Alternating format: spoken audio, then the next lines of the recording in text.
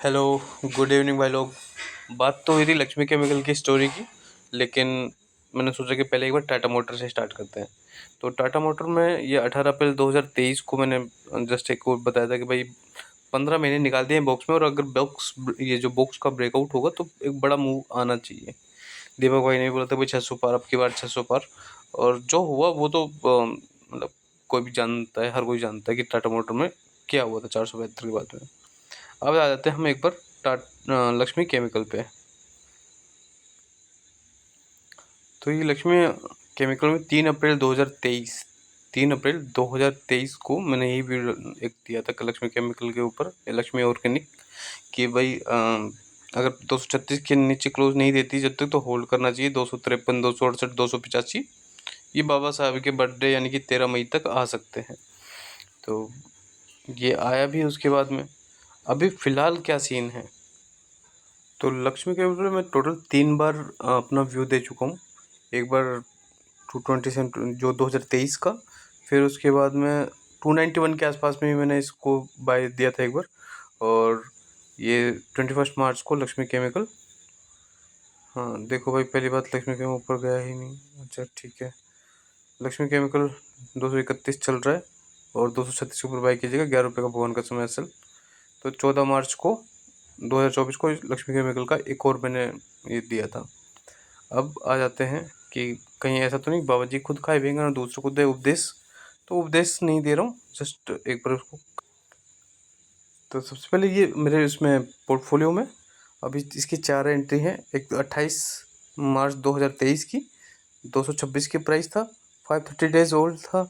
फिर उसके बाद में था नहीं है 291.5 पे बाई किया हुआ है, 332 डेज ओल्ड है। ये क्या था 12 अक्टूबर, हाँ 12 अक्टूबर को, फिर 2023 को। फिर उसके बाद में 23 अक्टूबर को फिर 264 पे भी बाई किया, 321 डेज ओल्ड है। और ये 21 मार्च 2023 को और बाई किया जो कि 171 दिन होल्ड है। तो क्या इतने दिनों से बस होल्ड करके रखा हुआ है क्या? तो ये भी गलत बात है ना भाई, कि 226 पे बाई किया, 291 पे बाई किया, फिर वापस नीचे आ गया, तो ये भी गलत है। क्योंकि पहला व्यू का जो टारगेट थे वो 285 तक थे।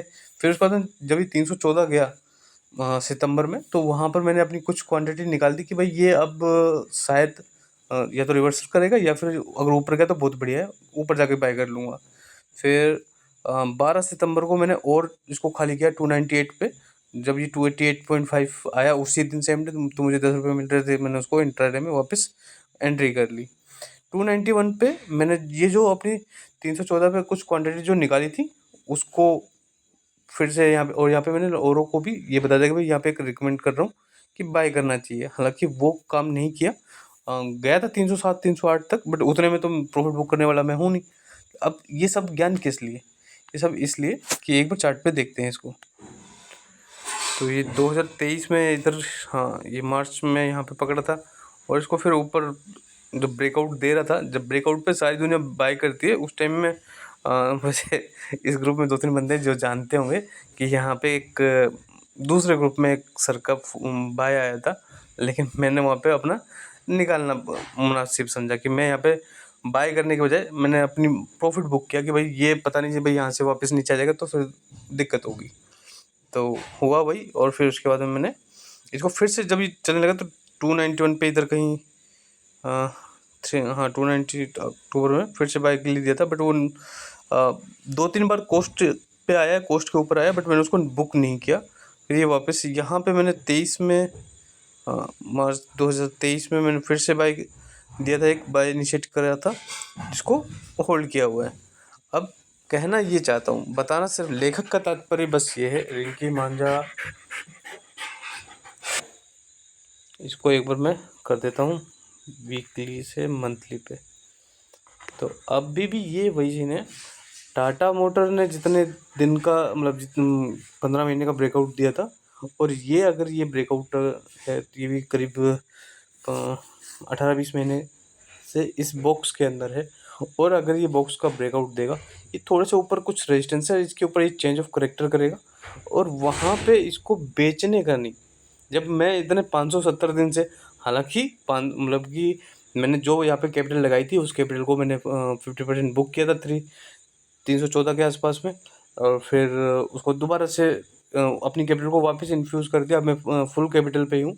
अभी मैं 300 के ऊपर इसको बेचने वाला नहीं हूँ, इस बार 300 के ऊपर बेचने वाला नहीं हूँ। ये वही सीन है। अच्छा, यहाँ पे बाय रिकमेंड कर रहा हूँ क्या? तो बाइंग रिकमेंडेशन का तो देखना पड़ेगा कि बाइंग अभी यहाँ पे करना है कि नहीं करनी। बट ये जो 3-4 जो लाइन खींची हुई हैं, ये लाइन मेरी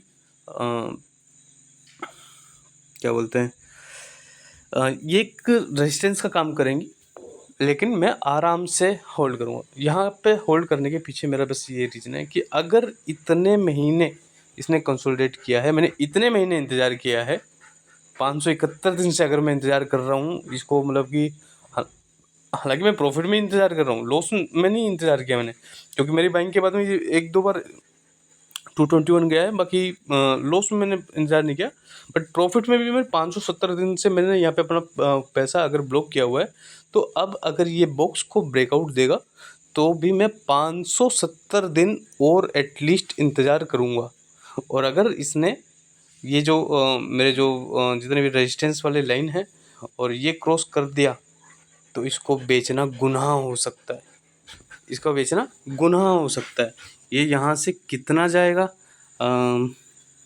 मुझे नहीं पता, ये कहाँ तक जा सकता है, लेकिन ये एक बहुत ही ज़बरदस्त ब्रेकआउट की तरफ जा रहा है, बढ़ रहा है। हो सकता है भाई नहीं दे ब्रेकआउट, हो सकता है नहीं दे ब्रेकआउट, वापस नीचे आ जाए, तो भी मुझे समस्या नहीं है, क्योंकि मैं एक तरीके से 226 पे बाई किया था, 314 पे अपना 50% प्रॉफिट बुक किया था, फिर उसी पैसे को वापस मैंने 291 और 226 पे निकाल, फिर से इन्फ्यूज़ किया 227 पे। तो मेरा इसमें मुझे समस्या नहीं, बट मैं इसको होल्ड करने वाला हूँ। और होल्ड करने के पीछे रीज़न क्या है? रीज़न बस ये है भाई, जब 570 दिन इस साइडवेज मार्केट में मैंने होल्ड किया है, तो जब ये ब्रेकआउट देगा तो एटलीस्ट 570। तो यहाँ पे अगर किसी ने सपोज किसी दूसरे बंदे के कहने पे, मैंने तो खैर 300 के ऊपर बाय करवाया नहीं कभी, 226, 291 और फिर से 227 पे, ये 3 मेरी बाइंग है जो रिकमेंडेशन मैंने किया है इस ग्रुप में। बट फिर भी अगर किसी बंदे ने किसी दूसरे ग्रुप में किसी और के कहने पे 300 या 320 पर बाई करके और वो 221 तक इंतज़ार किया, या पिछले 300 दिन से 321 दिन से वो इंतज़ार कर रहा है, तो अब जैसे ही वो प्रॉफिट में आता है, तो यहाँ पे निकलने के बजाय उसको ये सोचना चाहिए कि भाई जितने दिन आप इस बॉक्स के अंदर इंतज़ार किए, बॉक्स खुलने के बाद में नज़ारा तो लीजिए। उतने दिन नहीं तो उतने दिन फुल क्वांटिटी में नहीं तो एटलीस्ट हाफ क्वांटिटी में, कि अगर आपके पास में 50 क्वांटिटी है या 100 क्वांटिटी है, आप 100 क्वांटिटी में इंतज़ार नहीं कर सकते हैं उतना, तो ठीक है, कोई बात नहीं, 50 में कर सकते हैं, 50 में करिए। बट जितने दिन बॉक्स के अंदर इंतज़ार किया, उतने दिन बॉक्स के बाहर भी इंतज़ार कीजिए। और ये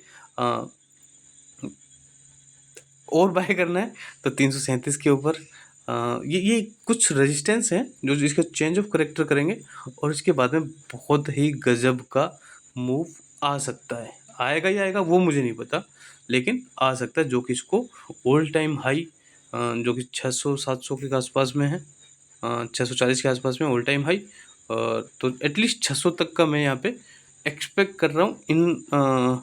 मैं तो मेरे हिसाब से तो ये 345 से 350, 340 से 350 और 375, तो 340 से 375 और एक ये 400 का भी एक हर्डल, एक मतलब मान सकते हैं कि एक हल्का सा हर्डल है, बट इसके ऊपर बेचने का नहीं। 400 के बाद में कोई इसमें कोई दो राय नहीं है कि ये डे जो अपना 80 है उसको ब्रेक करने के लिए जाएगा। तो अब यहाँ पे कोई 300 पे बाय करेगा, ये भाई 220 आ गया या 250 आ गया, तो मेरे को तो लॉस होगा नहीं, आपको लॉस होगा। तो क्वांटिटी उसी हिसाब से लीजिएगा, या फिर देखते हैं थोड़ा सा और इसको आने दे, थोड़ा मतलब कि आप थोड़ा बहुत ले लीजिए।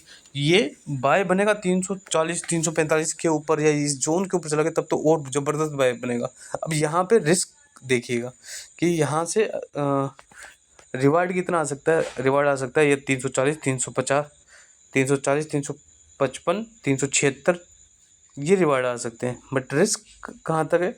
रिस्क है नीचे नीचे लंबाई रिस्क है, 345 तक तो रिस्क है ही, 345 340 तक। तो मैंने तो वहाँ पे बाई किया हुआ है, इसलिए मैं इसको आराम से होल्ड करने वाला हूँ।